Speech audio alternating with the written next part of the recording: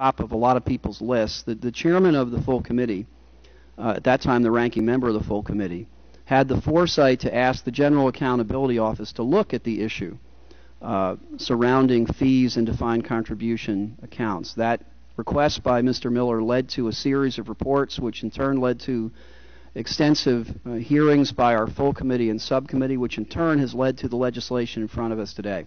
So we're very honored that the chairman of our full committee, George Miller, is with us, and I would yield to him at this time. Thank you, Mr. Chairman, and thank you to the subcommittee for holding this this hearing. This is a continuation of an effort that, as you know, was started a couple of years ago to make sure that we could keep 401ks safe and secure and sustainable, and by strengthening the various aspects of the 401k so that more people would participate, but they would participate with greater knowledge. As we've come through the various congressional hearings of this committee, we have found that the current law does not require disclosure of all fees levied by financial service firms against the participants' accounts. And I think we will hear again from this panel not only a reaffirmation of that fact, but also some very, very good suggestions. As I read the testimony yesterday and today, some suggestions how even this bill, it's hard for me to believe, can be improved, but how even this bill can be improved on that item, so that we will have a better informed. It's one thing just to talk openly about choice. The choice itself is a value, but choice itself can be confusing if it's not accompanied with good information. And in this case, that information is very, very important to the retirement security of our citizens. As you pointed out, small differences over a long period of time can make a huge difference in terms of the resources that an individual or a family will have available to them for the retirements. You mentioned that we could see a 20% difference over the working life of that individual or that family. A couple of weeks ago, the founder of Vanguard, Jack Bogle, testified that the hidden turnover cost in many mutual funds could wipe out 75% of an individual's investments gains over a lifetime. The 401k account holder is the last person in the Wall Street food chain to get paid. As he said, if we can't get the croupiers out of this business, the participants are destined to lose. And it's an especially difficult time in this country that this hearing and the previous hearings is at a time when millions of Americans are out of work, struggling to make ends meet. People's plans, the best laid plans of families, we have all heard it from individuals in our districts, have gone up in smoke because of the financial scandals and meltdown that have taken place.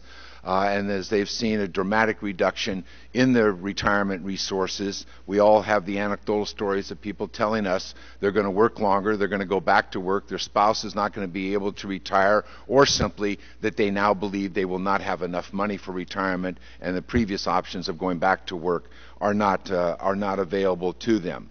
I think this is an important subject because as we learn more and more about financial services in this country, there's more and more concern among the public. All of us have just returned from 2 weeks, and the anger, the fear is palpable in our constituents. I think when we understand that we see the manipulation of credit card interest rates without the knowledge or the understanding of people who are holding those cards, when we understand that almost half of the subprime loans made in California could have been prime loans, but there were incentives to getting higher interest rates for the securitization of those loans, so the subprime loans were issued instead, and we now see again in predatory lending where bonuses are paid for higher interest rates put on the same people who could have had it at a lower interest rate given their credit rating and the rest of that. And that is to suggest that what we now need is transparency in the financial services industry, and the 401ks are deeply involved because that's where they turn to try to build the security and the safety for their retirement.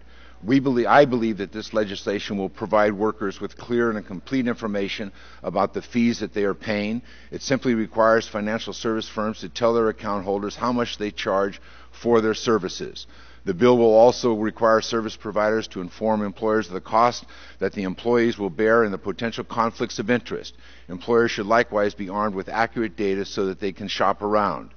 Next, the bill will require that in order for employers to receive limited liability against participant losses, that one low-cost index fund would be included in the menu of investment options. We've heard over and over again that nothing beats the performance fees or simplicity of the index fund. This bill will also strengthen the Department of Labor's oversight of 401ks. I would hope that this bill would not be controversial.